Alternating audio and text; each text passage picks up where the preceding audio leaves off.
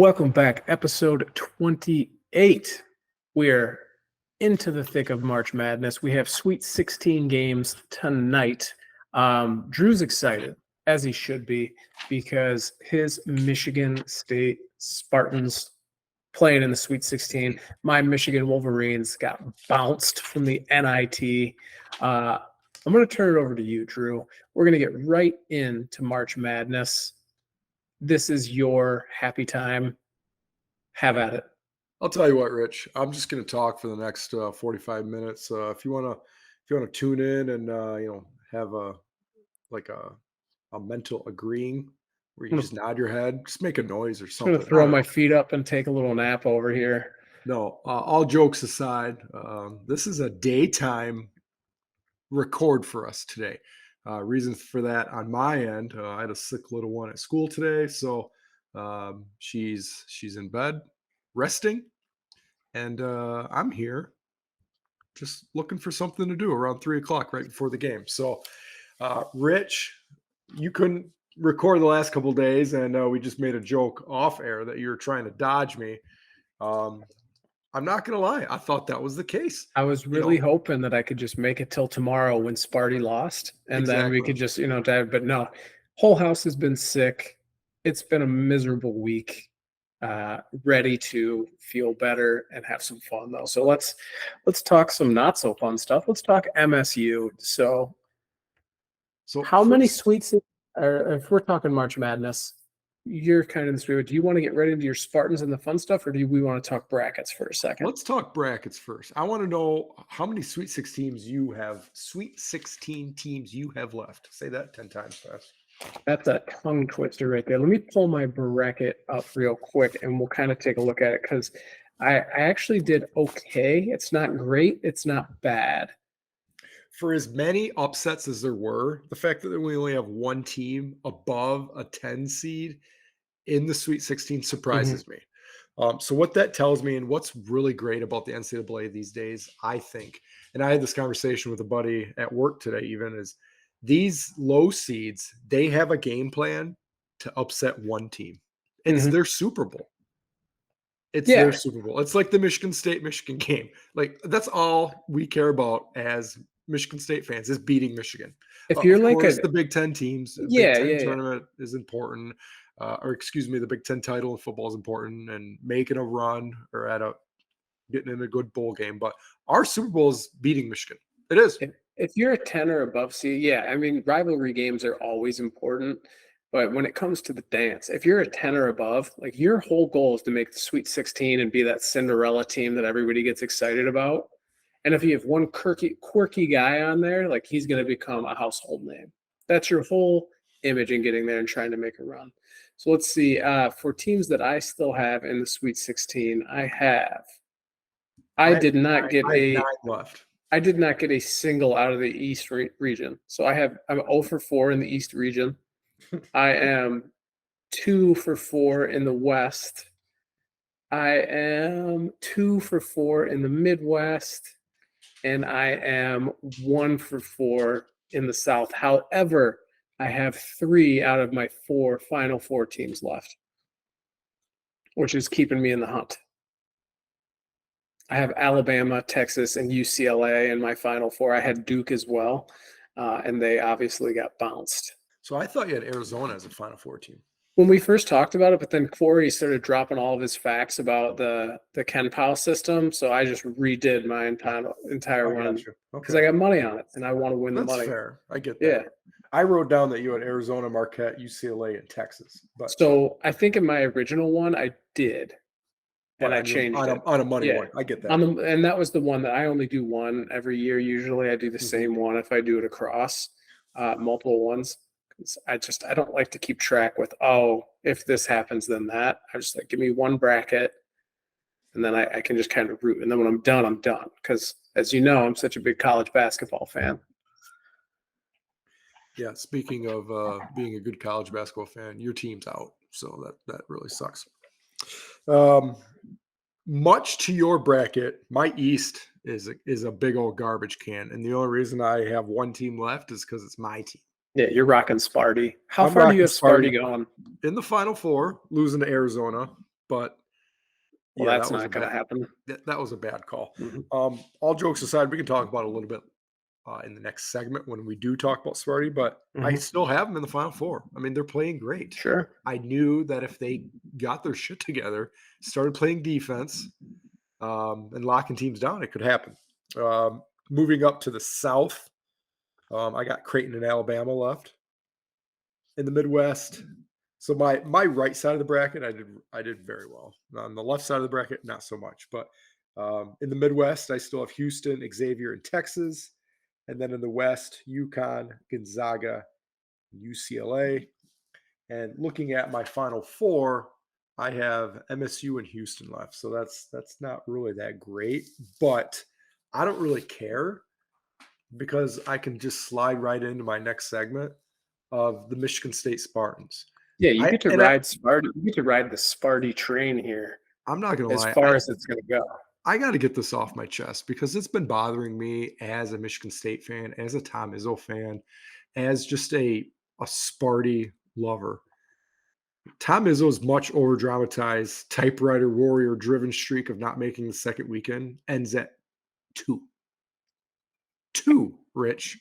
Like social media and Michigan fans, they were just dogging him for not having the touch anymore. I got to Okay. give you that. They were grasping at straws. And I think we had talked about this months ago. And I've said this. Uh, Izzo gets them ready for the tournament. Like in my life, It's crazy. he'll have bad teams, not bad teams, but he'll have average teams make runs. So I got to give that one to you. There is no reason to dog that man, other than he cries way too much. Of which I'll agree with 100%. But at this point, he's been leading this team for 25 years. He's been doing the same thing for 25 years. Does he cry too much to refs? Yeah, I get that.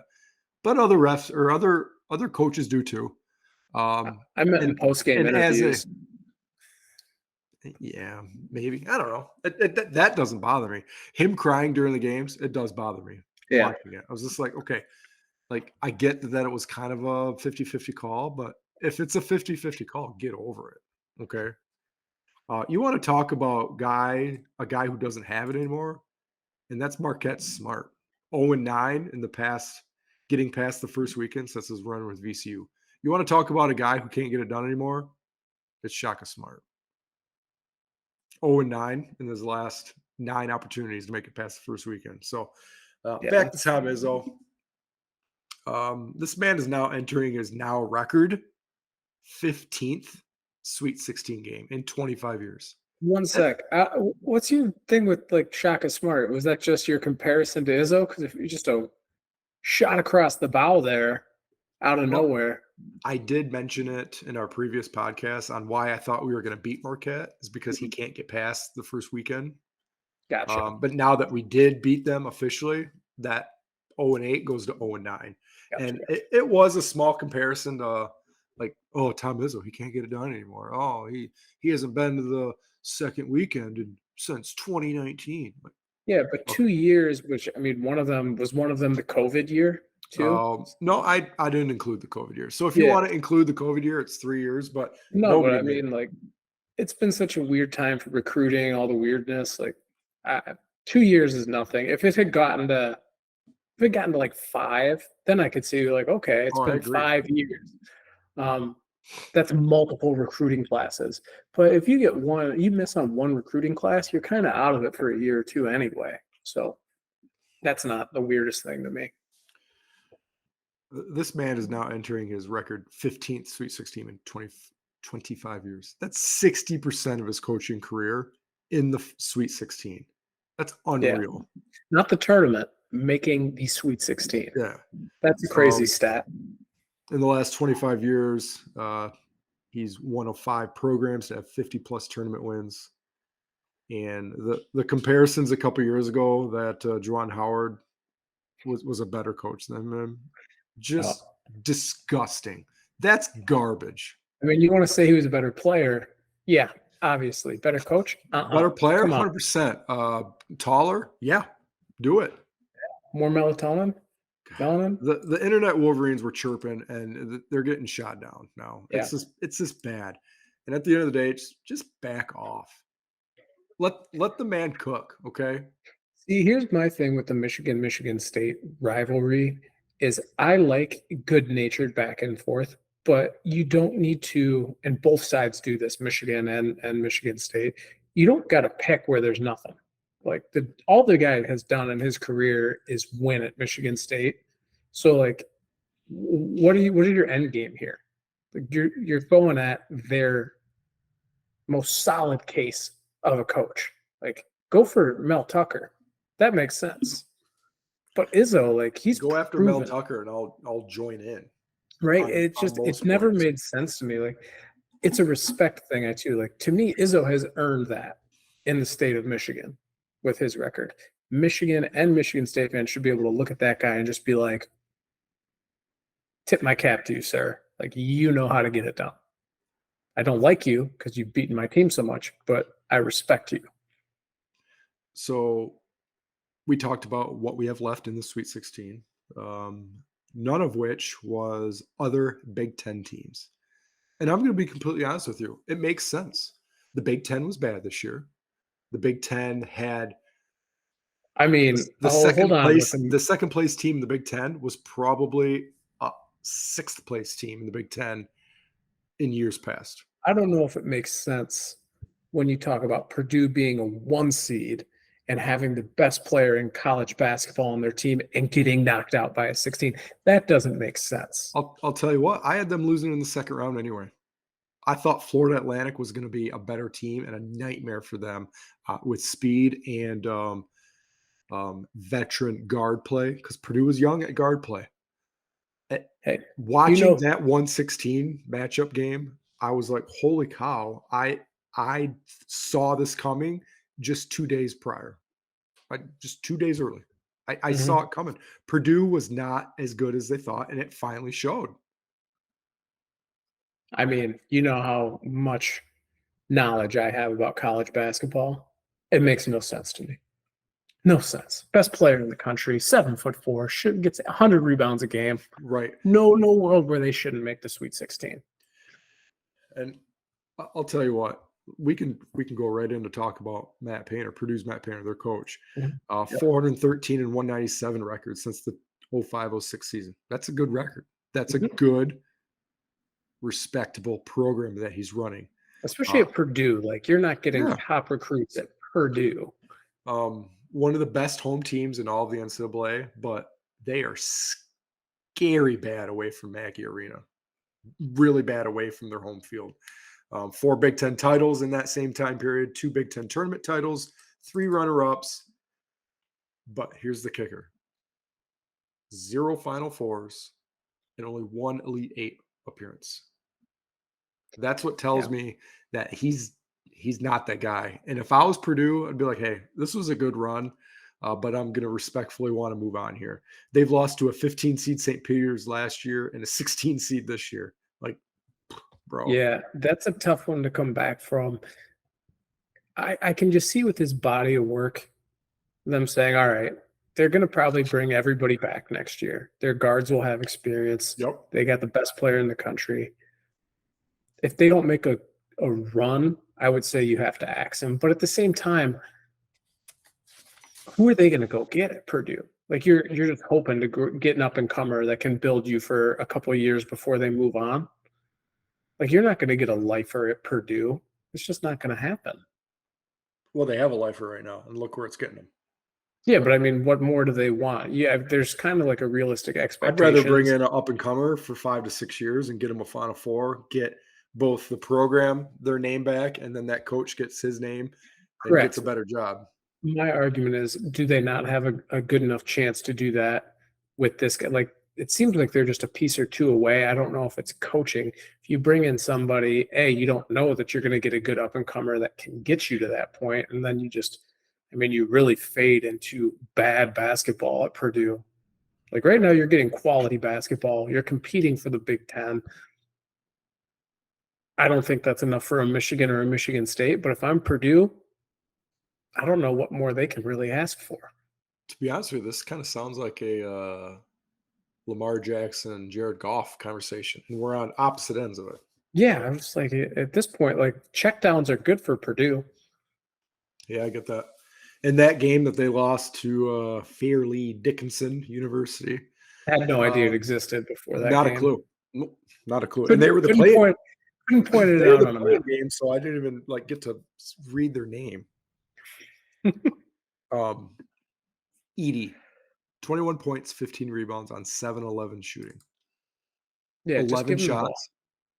I'd feed him the ball until his freaking arm falls off, Rich. Yeah, it Like, it's doesn't make a March lot of Madness. I'm sense. sorry. And it's not like an abusive kind of comment, like, Right, what is go he? until your arm falls off. But What I'm is just he, saying, 20, 21 years old? He's bigger than everybody. Like, that's what he's there for, is to he dominate the should paint. have 20 plus opportunities in the paint. Yeah, feed him the 11, ball. 11 shots. You should have that in the first 8 minutes of the game. Especially if he's going 7 for 11, like, he's scoring. He's Give him the scoring. ball. Give him the Yeah, ball as much as you can. he wasn't 3 of 11. He was yeah, I don't know. 7 This 11, that's is that like 65%? this 63%? this podcast, yeah, it's about Tom Izzo's Sweet 16 record. There we go.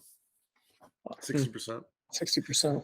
All right. This podcast is not about Purdue basketball, but I had to put that in because there's something going on there that they need to figure out. So, moving on to our next topic. I think this is a little fun game to play. And the reason I think it's fun is because, let's be honest, both of our brackets are busted. So I'm we need, not. My bracket. we, I got 3. I got my champions still in Alabama, and I got 3 out of the 4 Final Four. I am very much alive in my bracket. says the guy that doesn't know anything about college basketball. That's fine. I'm alive. My bracket is busted. It's nutted. It's gross. So, Sweet 16 game. I've been doing this with my old man for a long time, mainly because both of our brackets would always be bad at this point Mhm. of the tournament. So, how this works is you provide a value to a team, and if that team wins, you get that point value. And your goal is to have the lowest points at the end of the tournament. And there's some strategy in here because let's see, for example, the Kansas State Michigan State game, both teams capable of winning that game. Mhm. So you don't want to like put all your low numbers on the automatic wins. You might Right. need to strategize a little bit. So, with that said, why don't you throw out your 1 16. through, You yeah, want to go throw, like one at a time? We'll go 16 and both say it and just kind of burn through. okay, yeah, And so that let's start rule, with 16. and it kind of makes so this is my first time playing. I want to make sure I understand. So I think we both probably have the same, but say my 16 wins, I would get 16 points if they Mhm. upset. So I Correct. want my teams that I think are going to get the furthest to have the lowest numbers, and every round that's going to compound, right? So Correct. if like my 8 ends up winning the whole thing, it's going to be 8 at every round at the Correct. Elite 8, Final 4, Mhm. and championship. Cool. So the Got goal it. is to have your 1 through 4 Be the unless you Final 4. be the final 4 Yeah, and you're 1 and 2. Yeah. unless you put them in the same bracket, but Yeah. that'd Which be stupid. unless you yeah, right. Unless you think that one of those teams are going to win it all. But yeah, that's where your strategy thing you were saying kind of comes in. But anyway, I'll go right off. My 16 shouldn't come as a surprise. I'm going Princeton. Equally, I'm at Yep. Princeton as well. And then I have my 15 as Florida Atlantic. Same. Florida Uh, Atlantic University. and then 14 for me is Miami. I don't know if you've been seeing what's going on down here for spring break, but there's a lot of chaos. I don't think their heads are going to be in the game. Not only is their men's basketball team good, their women's basketball team is also in the Sweet 16. I So saw that there's a lot going on. they There's a lot upset going that on. number 1 team, and that those social media girl like shushed everybody. It was great. Correct. I love a good shush from a sport with like 8 people in the stands to shush. My favorite part of that is Indiana like went down the court, Miami stole the ball, and the game was over. And then one twin wasn't in the game, but ran to the center of the court and hugged the other twin. And I was like I just thought that was cool. Like she didn't care about anybody else on the team. She just went to go Yeah, hug her sister. So that is I have cool. Xavier at 14. I think Texas is going to take care of them, but Makes sense. I have San Diego State at 13, I equally have San Diego State at 13. and then I have Creighton at 12. Oof. You're not giving Creighton a whole lot of credit here, are you? I have Arkansas at 12. I think UConn is going to take care of them handily. I missed somebody because I don't even have Arkansas on my list. Arkansas is playing UConn in the West. I have oh shit. I missed somebody. Arkansas beat Arkansas. Kansas. Arkansas. I don't have Kansas on there either. So Well, yeah, because they didn't make it. no, that's what I mean. But like, who did I replaced somebody. Somebody's not supposed to be in there that I picked. Did you sneak Michigan into this bracket? That would be here, or- funny. No, but so for my 11 pick though, I do have Michigan State You would. because they're going to All right. lose tonight. I got to bring yours up. Who'd you sneak in? I don't. That's what I'm trying to look through and see who I put in by mistake. Houston, Tennessee, UConn. You put UConn twice. I put UConn in twice. Yeah. Yeah, I did for sure. All right, so I'm going to go ahead and Well, Arkansas is your 10 now. yeah, I'm going to go ahead and put Arkansas as That's great. So what do we just do? 11? yeah. So I have Miami as 11. Cool, and then I obviously now have Arkansas at 10.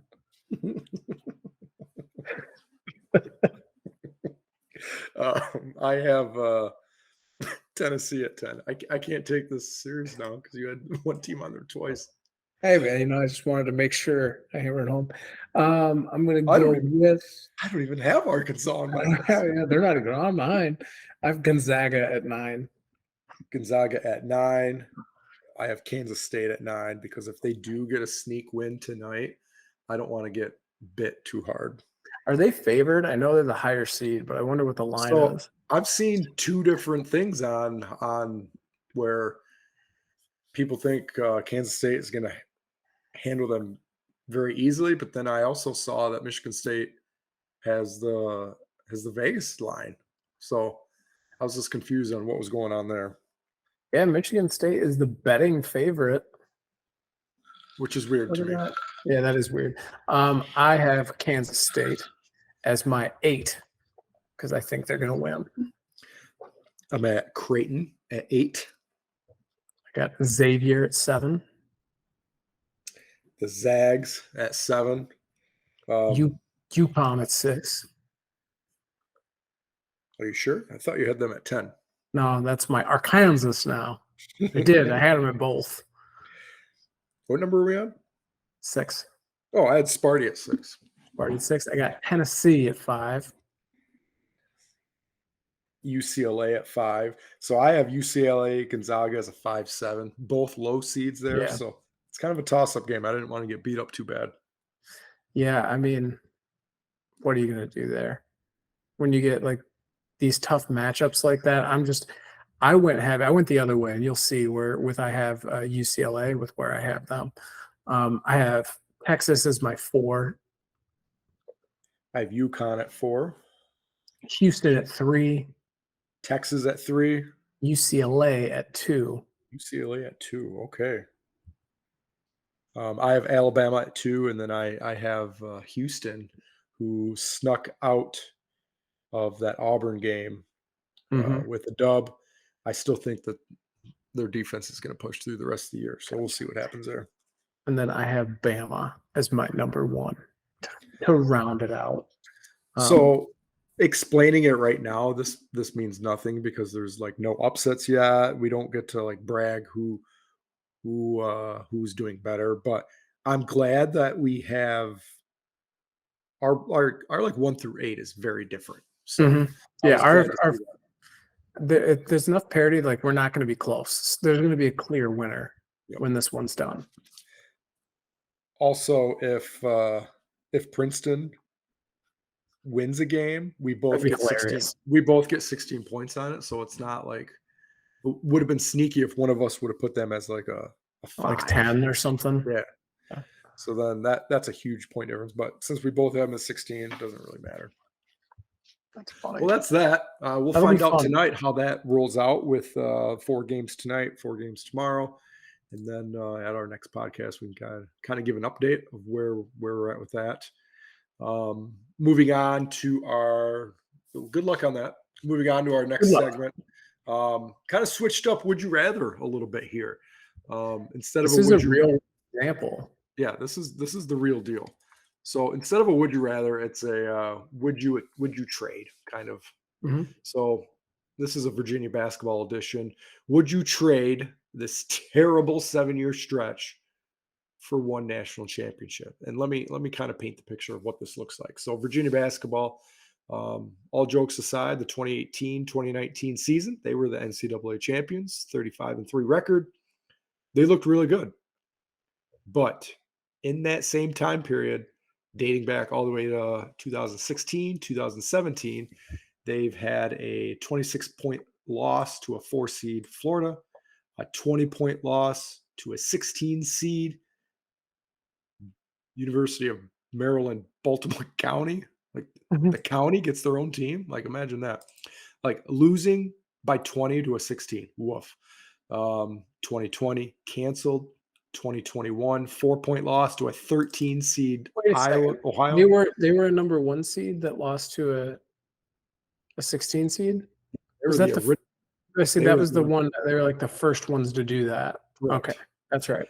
2021 they lost by 4 to a 13 seed Ohio. Last year they lost by 1 point to a non-seeded St. Bonaventure in the NIT. And then this year, 1 point loss to another 13 seed, Furman University, my F you. favorite high school team. FU. Okay, so 7-year stretch, 6 aggressive losses, like aggressively program crushing, soul crushing losses, Mhm. but you get one national championship in there. So, I make this trade 10 out of 10 times for a natty. You're telling me I get a 7-year stretch. We're not really gonna do anything in the other years. We'll have some good teams, but they're gonna fall short, but I get a national championship one of those years. I make that trade. So I think you make that trade 10 out of 10 times, but there's a small part of me being the fan of a blue blood that I don't know if I could handle 6 years of just Yeah. brutal tournament See, losses. I already lived that though, so, like, it doesn't matter to me with Michigan, so it's a no-brainer, like, we're not a basketball school anymore. We had our, 4-year stretch where we were. Um, so now, like, yeah, it seems like I think for most of the country, that would be a take. There's gonna be, to your point, programs like Duke, like North Carolina, Michigan State, Kansas that are like, "No, I wanna go to the Final Four every year." To them, that's more fun than being bad for 7 years. Like, I think they just showed Kansas hasn't really made a good run in 4 years, and the students are pissed. Like, it's the first time if you Yeah. were in Kansas history that you didn't get to go to a Final Four game if you started as a freshman in 2019. So, I I think at this point in my life and Tom Izzo's career, I would make this trade, but there's no way that Tom Izzo survives as a human being. Not even just keeping your job, but there's no way he survives as a human being losing to a 16, a 13, a 13, a non-seeded St. Bonaventure, and a yeah. 20-point loss to a 16 seed. No, I think Social media would destroy that program, but I would trade it for a natty at this point. yeah, Like I a natty would mean so much to Tom Izzo right I now. just hope that he would get it early. Or maybe end it right off. And with Izzo though, I feel like he's him and Michigan State, they're so codependent.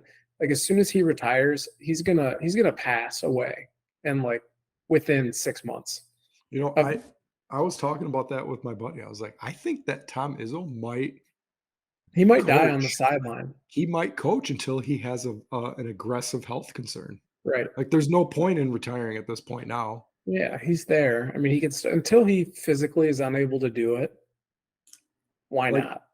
when D'Antonio retired, I had a buddy say, "Oh, he should coach until he can't go anymore." I was like, I think this "Dude's is it. no kidding."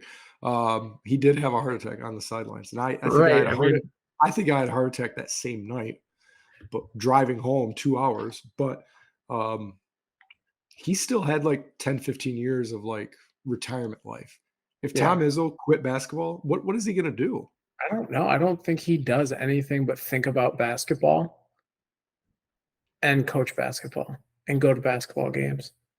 Like, So to answer this question, I would trade a natty, but oh man, I do not want to go out in public those other 6 years. I'll tell you that yeah. right now. And the natty comes in the middle like this one, like in the third year. You Mhm. just got to deal with 3 bad years on the. Yeah, I think that's an easy yes for me. Give me the natty smack dab right in the middle on year 4. A 13, a non-seeded St. Bonaventure, a 16. Whew, man. Well, I'll tell you what, that was a good episode. I got a lot of things off my chest. Do you feel Michigan State. better? Like, does it, after football season, do you feel better now? I don't even think we got to talk about the game. Can we talk about the game tonight? I just went on this little rant Do about you want Tom to give Izzo, and because yeah, I'm gonna post this. It's almost 4 o'clock now. The game's so I'm gonna post this as soon as we finish. So yeah, man. Like, do you want to talk about what you think's gonna happen tonight with Kansas State? yes, I do. I should have talked about it. So to say, "Oh, we're gonna win. Oh, it's an easy win." Blah blah blah. That's just ignorant. Nobody makes the Sweet 16 Yeah, and gets beat up. I think Princeton might be that case, but I'm not confident in making a concrete prediction. But this is a winnable game if we can continue playing containable defense. yeah, Kansas State has two very, very good. I don't know if it's two guards, but it's a guard, maybe a small forward that are potential All Americans, which is a huge deal. We got to continue playing defense and force turnovers. Kansas State, they have been known to be careless with the ball. And the reason they've won the last 2 games is because they have taken care of the ball. If you were able to watch that Kentucky game, the first half when it was close, they had like 5 to 10 turnovers, like right in a row, and let Kentucky make a little run. In the second half, they kept care of the ball, and that's when they made their own run. I still said they're wrong. Kept care of the ball. Jeez, oh Pete, that's hard to say. My big thing here, and this is my final sip on the game. We got a rookie coach in Jerome Tang versus the Hall of Fame Tom Izzo. give me your That's a prediction. that's a deal breaker. I'm seeing Michigan State, if they can play well and shoot the 3 ball a little bit better than 6 out of 30 as they did in the first 2 games. Um, I see maybe a down to the wire pull out with a couple free throws, 5-point win. Mm, K-State by 90. Book it. Ugh, Ugh, by all right, 90. by 90. So All right. it's a 100 to a 10 game. Yep, something like that. All right, we'll be back later this week. Break down our ultimate man's bracket. And I guess a small sneak peek here is we have boobs and sex entering the tournament as 1 seeds. So I'm not seeing a whole lot of upsets there. Just want to paint the picture a little bit on that. So that'll be fun. All right. We'll see you guys. See ya.